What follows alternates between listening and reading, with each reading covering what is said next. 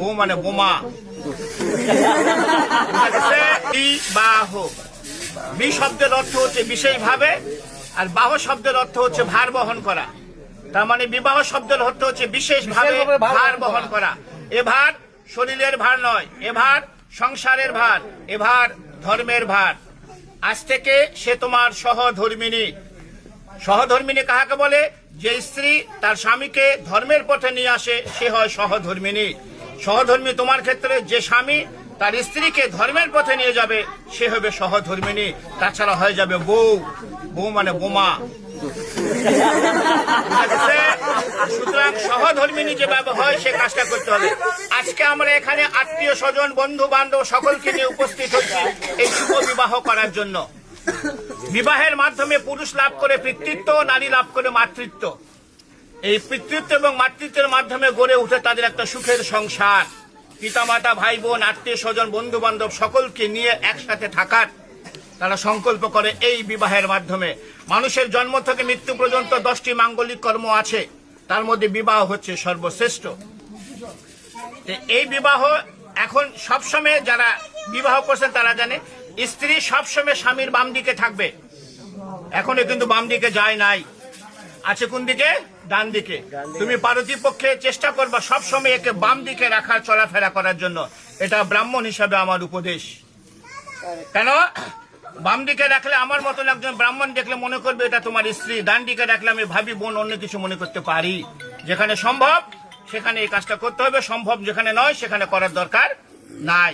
তাহলে ঘটনা হলে এ তোমাকে বাম দিকে যাবে, কিন্তু শাস্ত্রের বিধান অনুসারে 7টি শর্ত আছে, যাকে বলা হচ্ছে সপ্তপদীর 7টা শর্ত। সহজ কথায় সপ্ত বচন। তো এই ধর্ম, এই শাস্ত্রের কথা জানে না। আমি এর পক্ষ হয়ে আমি এই কথাগুলো এতগুলো লোকের সামনে তোমাকে বলবো। তুমি রাজি থাকলে হ্যাঁ বলবা, হ্যাঁ অবশ্যই বলতে হবে। বিয়ে করতে চলে আসছি সে, তাহলে সে তোমার বাম দিকে যাবে। তোর ভয়ের কিছু নাই, তোমারও 5টা শর্ত আছে। তখন তোমার 5টা শর্ত এ যদি মেনে নেয় তখন তুমি একে বাম দিকে নেবে, তাছাড়া নেওয়ার দরকার নাই। এখানে প্রশ্ন আসতে পারে যে এর 7টা ওর 5টা কেন? প্রশ্ন আসতে পারে। নারী হচ্ছে শক্তি। একটা পুরুষের জীবনে নারী হচ্ছে শক্তি। যে পুরুষের জীবনে নারী থাকবে না সে পুরুষের জীবনে কোনো শক্তি নাই। তুমি পূর্ব দিকে তাকিয়ে দেখো, লক্ষ্মী নারায়ণ, রাধা কৃষ্ণ, পার্বতী, শিব, এরা সবাই প্লিজ, এরা সবাই হচ্ছে নারীকে নিয়ে চলছে। নারী হচ্ছে শক্তি, মায়ের জাত। এই জন্য আমরা এনাদেরকে সম্মান করি বলে এদেরকে সবসময় উপরের দিকে রাখি।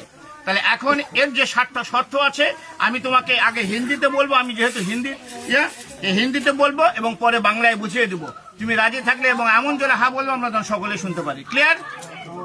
বলছে প্রথমে, হে পতি বা হে স্বামী, তীর্থ যাত্রা, व्रत उद्यापन, यज्ञ दान, पूजा पार्वन, उपवास इत्यादि शुभ कर्मों मेरे साथ लेकर करोगे तो मैं आपके बाम भाग में जाऊं। বলছে হে পত্নী বা হে স্বামী, আজ থেকে যদি কোনো তীর্থযাত্রা, ব্রত উদযাপন, যজ্ঞ দান, পূজা পার্বণ, উপবাস ইত্যাদি শুভ কর্ম একে সঙ্গে নিয়ে করো তাহলে সে তোমার বাম দিকে যাবে, তাছাড়া নয়। কারণ সে গোত্রান্তর হয়ে তোমার গোত্রে চলে গেছে।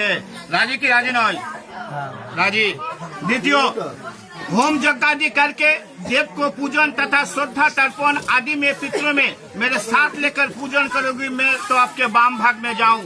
बोलते होम यज्ञ आदि, ऐसे होम यज्ञ आदि करे যদি কোনো দান করতে চাও এবং তথা শ্রদ্ধা তর্পণ, অর্থাৎ আমাদের মহালয়া যে হয় না, পিতৃপুরুষের নামে পূর্বপুরুষের নামে জল দিতে হয়, তিল তর্পণ করতে হয়। এই পূর্বপুরুষ যেহেতু সে গোত্রান্তর হয়ে তোমার গোত্রে গেল, এখন তোমার বাসায় যদি এই বিধানটা থাকে তাহলে একে সঙ্গে নিয়ে তোমাকে করতে হবে, তাহলে সে তোমার বাম দিকে যাবে, তাছাড়া নয়। राजी। तृतीय, कुटुंब के रखा करो, अतिथि आप्यायन करो और घर में गौ महिष पशु रखो, फिर उनको पालन करो। संसार धर्म में रतो रहो, मैं तो आपके बाम भाग में जाऊं। बोलছে কুটুমকে রক্ষা করো মানে অতিথি আপ্যায়ন করো। অতিথি হচ্ছে নারায়ণ। বাসায় যদি তোমার সম্ভব হয় গরু মহিষ এগুলো পালন করতে চাও এবং সংসার ধর্মের মধ্যে যদি রত থাকতে চাও তাহলে সে তোমার বাম দিকে যাবে, তাছাড়া নয়। राजी। चौथे ভালো করে শুনবা, धन धान्य आदि के खर्च करो, दूसरे के घर में रखो, तो मेरे साथ पूछ के करोगे तो मैं आपके भाम भाঙবে যাও। এতদিন যা করেছি এখন থেকে ধন ধান্য আদিকে খরচ করে ইচ্ছা মতন আর খরচ করা যাবে না। দুসরাকে ঘর মে রাখো, অন্যকে যদি বাসায় রাখতে চাও, অন্য যে কোনো হোক, কোনো কাজের লোক হোক তোমার, যে তাহলে এর সঙ্গে একটু পরামর্শ করে তাহলে তোমাকে রাখতে হবে, তাছাড়া নয়। রাজি। पांचवे, मंदिर बगीचा घर तालाब इत्यादि बनाओ, बना के तथा उसके रक्षा करो तो मैं आपके बांग भाग में जाओ। भगवान যদি কোনো সময় কি কৃপা করে তুমি মন্দির বানাও, বাগিচা বানাও, ঘর বানাও এবং বানানে শুরু হবে না, ওদেরকে রক্ষা করো, তাহলে সে তোমার এগুলো পরামর্শগুলো তার সঙ্গে একটু করতে হবে, কারণ সে হয়ে যাবে সহধর্মিণী। তার মানে তার সঙ্গে একটু পরামর্শ করে এই কাজগুলো করতে হবে, তাহলে সে তোমার বাম দিকে যাবে, তাছাড়া নয়। রাজি। এখন এই দুটো ভালো করে শুনবা। परदेश में यह अपना देश में व्यवसाय वाणिज्य चाकरी कृषि काज करके कमा कर लाओ और मेरे संपूर्ण भरण पोषण करो, मेरे बाबा माँ भाई बहन आत्मीय स्वजन के सम्मान करो तो मैं आपके बाम भाग में जाऊं। निजेर देश होक विदेश होक, যার যে কর্ম ব্যবসা বাণিজ্য চাকরি কৃষি কাজ করে ইনকাম করে এনে এর সম্পূর্ণ ভরণ পোষণ তোমাকে করতে হবে। এর বাবা মা ভাই বোন আত্মীয় স্বজন যেগুলো আছে তাদেরকে সম্মান করতে হবে, তাহলে সে তোমার বাম দিকে যাবে, তাছাড়া নয়। রাজি। এটা একটু ভালো করে শুনো তুমি, অবশ্য তোমার কাছে কোনো সমস্যা নেই। সাতवे, आज से हम आपका पत्नी सब सुख दुख भाग करके लेऊंगा और रत्न तो हीन भावना और कामना हुए, परंतु पर स्त्री और पर नारी के नाश हो तो मैं आपके बाम भाग में जाऊं। কি বলছে? আজ থেকে আমি তোমার পত্নী, আমরা একে অপরের সুখ দুঃখ ভাগ করে নিব, অত্যন্ত হীন ভাবনা ও কামনা হয়ে, परंतु पर स्त्री অন্য কোন স্ত্রী পর নারীকে নাশ হও, অর্থাৎ একে আজ থেকে যে চোখে দেখা যাবে এই চোখটা আর অন্য কোন নারীর প্রতি দেওয়া যাবে না, তাহলে সে তোমার বাম দিকে যাবে, তাছাড়া নয়। সবচেয়ে গুরুত্বপূর্ণ এটা। তোমার 7টা শর্ত সে মেনে নিছে, আমরা শুনছি। এখন তোমাদের 5টা শর্ত আছে, তোমাকে বলবে, তুমি যদি মেনে নাও তাহলে সে তোমাকে বাম দিকে নিবে, তাছাড়া কিন্তু গুটে টালমা চলে যাবে। ভালো করে শুনবা।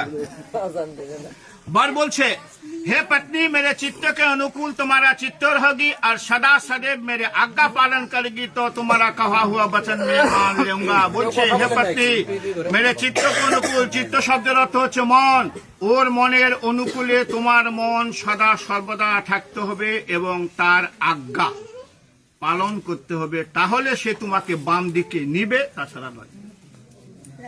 রাজি। बर बोलते, सदा सदैव तुम प्रतिव्रत धर्म में प्राण रहोगी और प्रति सेवा करोगी तो तुम्हारा कहा हुआ वचन मान लूंगा। সে বলছে তুমি সদা সदैव প্রতিব্রত যে ধর্মটা আছে সেই ধর্মটা তোমাকে পালন করতে হবে, আর প্রতি যে সেবাটা আছে সেই সেবাটাও তোমাকে করতে হবে, তাহলে সে তোমাকে বাম দিকে নিবে, তাছাড়া নয়। আচ্ছা, এখন ভালো করে শুনবা এই কথাটা কিন্তু। বুঝছো?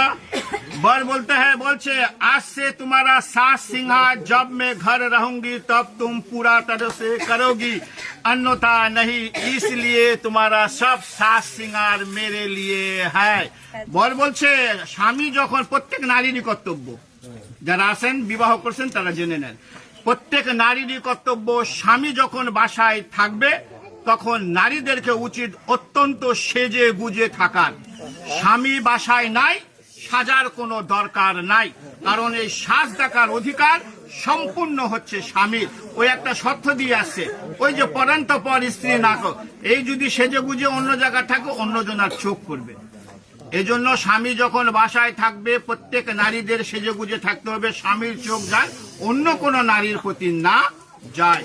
স্বামী যদি বাসায় থাকে সাজবে, স্বামী বাসায় না সাজা দরকার নাই। স্বামী যদি তোমাকে সঙ্গে করে কোথাও নিয়ে যায়, তুমি যত পরিমাণ সেজে গুজে যাবা তাহলে সে তোমাকে বাম দিকে নিবে, তাছাড়া নয়। রাজি। আজকালকার যুগে স্বামী যখন বাসায় থাকে মেয়েরা কি করে? ম্যাক্সি পরে থাকে।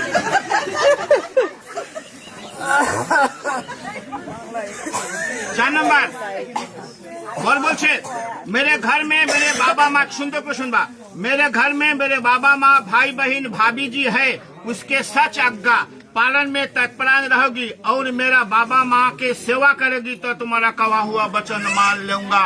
বলিছে তুমি এই পরিবারে 20 বছর 22 বছর 24 বছরের পিতামাতা ইনারা, আমি ইনাদেরকে ভুলতে বলিনি। এই পিতামাতাকে যেভাবে ভালোবাসছো এর চেয়ে দ্বিগুণ ভালোবাসা দিয়ে ওর যে পিতা মাতা ভাই বোন ভাবি আছে ওদেরকে ভালোবাসতে হবে, ওদের সচাজ্ঞা অর্থাৎ সত্য উপদেশ পালন করতে হবে এবং মেরা বাবা মা ওর যে বাবা মা আছে তাদেরকে সেবা করতে হবে, তাহলে সে তোমাকে বাম দিকে নিবে, তাছাড়া নয়। রাজি। সর্বশেষ बोलते मेरे घर में जो देवता पितर है उसके सवेरे नहाकर पूजन मार्जन तुमको करना पड़ेगी और मेरे संसार रखा करोगी, मान सम्मान देकर रहोगी तो तुम्हारा कहा हुआ वचन मान लूंगा। বলছে আমার বাসায় যে মন্দির আছে, প্রত্যেকটা সনাতন ধর্মের বাসায় একটা ছোট্ট গৃহ মন্দির আছে, এই মন্দিরে সকালে উঠে স্নান করে পূজন মাজন অর্থাৎ পূজা পার্বণ তোমাকে করতে হবে, ওর সংসার রক্ষা করতে হবে। তুমি শর্ত দিয়ে আসছো ধন ধান্য আদিকে খরচ করো, ওই খরচ করবে না, এখন তোমাকে টাকা এনে দিবে, তুমি ইচ্ছা মতন খরচ করবা, তা কিন্তু কার হবে না। ওর সংসার রক্ষা করতে হবে, ওর মান সম্মান দিয়ে রক্ষা করতে, ওই যে শর্ত আগে দিয়ে আসছে মান সম্মান দিয়ে থাকতে হবে। তুমি সেজে গুজে আসো, আমি যাই বললাম যে তোমার বউকে তোমার দেখলাম খুব সাজে গুজে আসে, মান সম্মানের একটা হানি হবে। অর্থাৎ মান সম্মান রেখে রहोगी তো তোমারা कहा हुआ वचन में मान लूंगा।